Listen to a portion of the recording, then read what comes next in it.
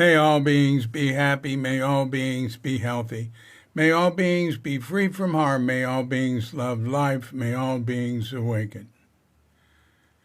Welcome to another Cuke audio podcast, Tassajara Stories. I'm DC Poobah of Cuke Audio and Cuke Archives, preserving the legacy of Shunryu Suzuki and those whose paths crossed his, and anything else that comes to mind. I pray that you and yours are safe and comfortable and free from economic hardship and able to get out and do whatever it is you want within the limitations of the universal precept of do as little harm as possible. So after our pause to meditate, we'll get right into the Deep Gash, the first Tassajara story. And there's just going to be 3 short ones. I got to get back to work on the audiobook for Crooked Cucumber, which I'm almost through with, except I'd love to go over it again. But how many hours is that? Oh, God. All right, enough of that. So when you hear the bell, hit pause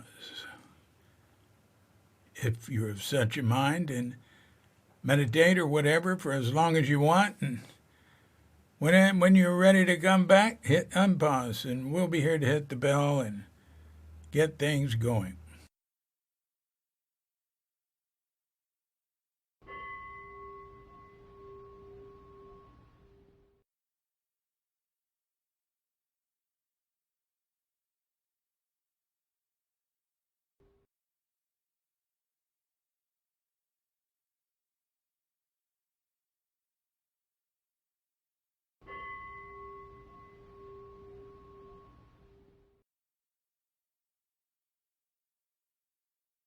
The Deep Gash.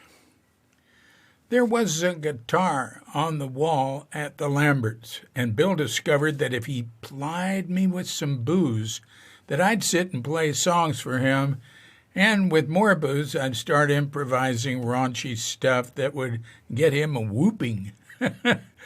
And then he discovered that if I had some pot, it was even better. Pot had made inroads out of the hippie world into the cowboy scene, and eventually Bill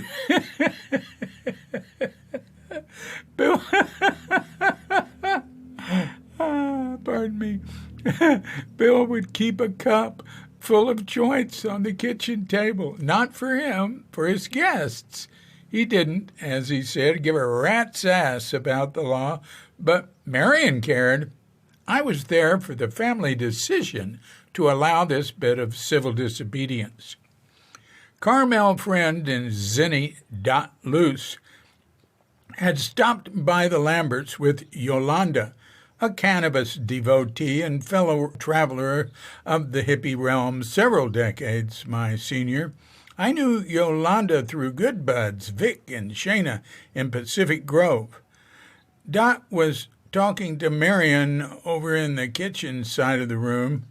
I was at the long kitchen table with Bill, and Yolanda was at the other end conversing with an inebriated farmer and old friend of Bill's from Greenfield. At one point, Yolanda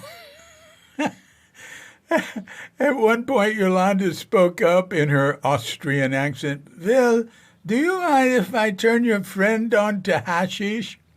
Bill, who was also somewhat inebriated, replied, "Go right ahead."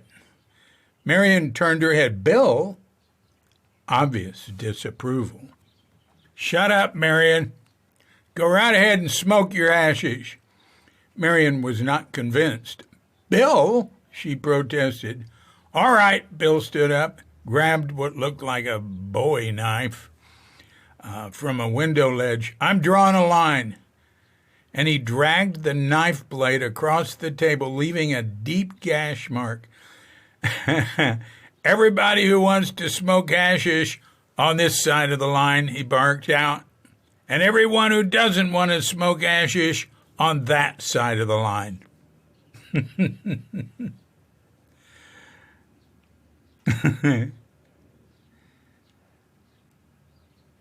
Dana Paramita.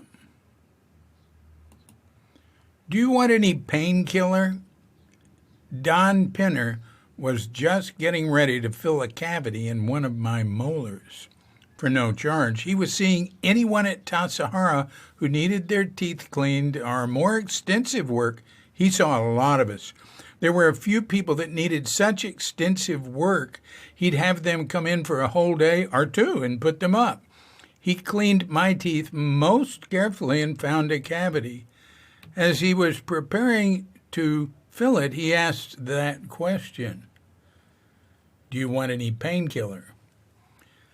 I didn't like seeing a long needle coming up to my gums, but the alternative was having a drill go way down into a tooth that had sensitive nerves in it. Don't you have to get a little shot of Novocaine, I asked. Not really. Usually don't get to a nerve. How do you how do you know if you do? Oh, you'll know it for sure.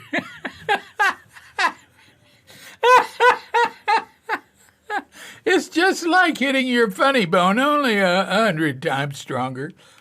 Well, then what? Then I can stop and give you a shot of Procaine if you want. What's Procaine? It's the painkiller in Novocaine. Novocaine's a brand name. Well, I don't know. My wife and children don't use any painkiller. Well, that did it. Okay, no painkiller. And I braced myself. But he was right. It didn't hurt. Later, I had another cavity filled by him. And he didn't ask, just drilled and filled. After that, I'd tell dentists no painkiller, and it made some of them a little nervous.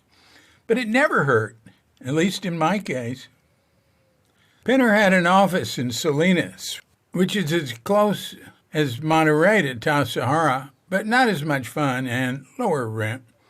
He and his Japanese wife were Buddhists and exemplars of Dana Paramita, the practice of giving with no idea of return. They hosted visiting Buddhist monks and lay people from time to time. Pinner did ask something of Zen Center at least once.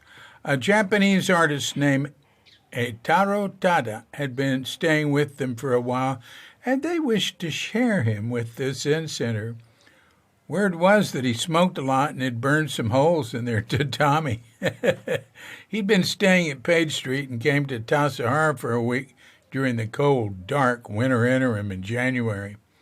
Taka Sensei, as we called him, was a Sumi artist who did piece after piece of China's first Zen ancestor, Bodhidharma. He painted Bodhidharma all day long. Every once in a while he did Avalokiteshvara, but then he'd do another Bodhidharma. He said, every morning I wake up with Bodhidharma. All the students got at least one, and everyone liked him. Some Bodhidharmas were large. Some were small. Almost all were just black Sumi ink on Sumi paper, with some on harder white paper board. Tada didn't speak much English at all. Dan Welsh wasn't there to translate, so I found myself in the difficult position of being the only person there who knew any Japanese. So I helped attend to him. It didn't take much. It was cold as heck. He was in the end stone room with a wood-burning stove, so I'd make sure he had wood and that the fire kept going. I bummed occasional cigarettes off him, too. He made his own tea. He said he started painting as a teenager and eventually had his own school, but that after his wife died, he left the school to others and started painting just Bodhidharma and Avalokiteshvara. The frightening part of my role was that I had to translate people's questions and his answers, and that was way beyond my beginner's level. But somehow it went fairly smoothly. I'd tell them to ask short, simple questions, and he kept his answers the same. I had a couple of dictionaries. Also, I'd fudge if I were lost. Tada went back to the city center, where he stayed till March.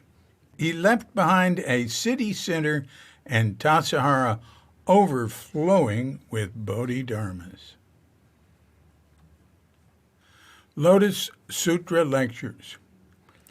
Suzuki gave a series of lectures on the Lotus Sutra 3 times in 68 and 69. A lot of it was him reading from the sutra, which was full of hyperbolic description and lists. He'd explain the meaning of terms and names of various mythical Buddhas and so forth. The first series seriously bored almost everyone. One day I went to him and urged him to stop, offered alternatives like having us read the sutra and study and then meeting with him to discuss it so he didn't have to slowly read it to us. I was persistent, but unsuccessful. However, it had some effect. From his lecture that night, that is to say, to the disciples he preached, he means Khandra Surya Pradipa, the law containing the Four Noble Truths and starting from the chain of causes and effects tending to overcome birth, decrepitude, sickness, death, sorrow, lamentation, woe, grief, despondency, and finally leading to nirvana. The first one is, as you know, the Four Noble Truths for the Theravada Buddhists, or Shravakas, and the teaching of causality and interdependency of birth, old age, sickness, death, sorrow, lamentation, woe, grief, despondency, and finally leading to nirvana is the teaching of the Pratyekayana. Here, as you heard, there is no distinction between the teaching for the Shravakas and the teaching for the Pratyekas. From the viewpoint of the Lotus Sutra, which is a Mahayana teaching, oh, I'm sorry. Maybe it is too tedious for you. Lots of laughter from students. I almost gave up already, so I can imagine how you feel. When I was young, I would go to school by train. As long as the train was going, I was sleeping. But when the train stopped, I woke up. I woke up suddenly because I had to get off. As long as my tedious lecture is going, you may sleep. If I stop my lecture, you should wake up.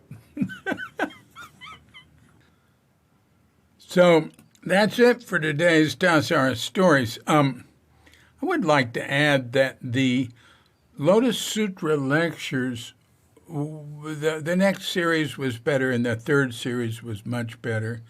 And then Tim Buckley ended up making a booklet with the third series. It was one of the wind bells. And it's on Kook.com. If you just write Lotus Sutra, there's all sorts of stuff.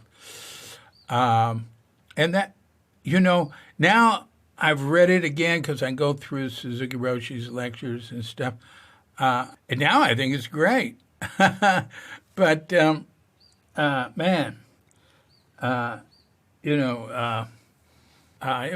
it started off like really boring. But later, far out. And there was a reason he did it. We knew that. Dogen, the last thing he did was write a line from the Lotus Sutra before he died. And, people go nuts over the Lotus Sutra. The whole Nichiren sect is based on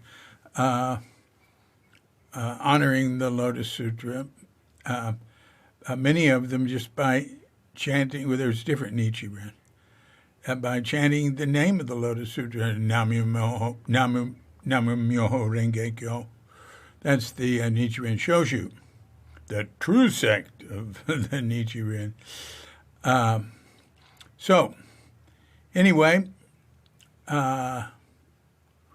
wanted to say about translating Japanese. I thought of a story. And nothing to do with Tassajara. Post all this Tassajara stuff. Jimmy Carter was giving a talk in Japan. And, in it, as public speakers do, he told a joke. And everybody laughed. And afterwards, after it was over, he said to his translator, he said, I was a little worried about telling that joke because I know, humor is often sort of culturally based, and it doesn't necessarily work in another culture. But they seemed to enjoy the joke and laughed a lot. And the translator said, well, actually, what I said to them is,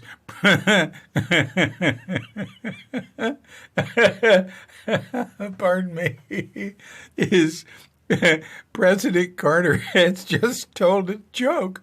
Please laugh.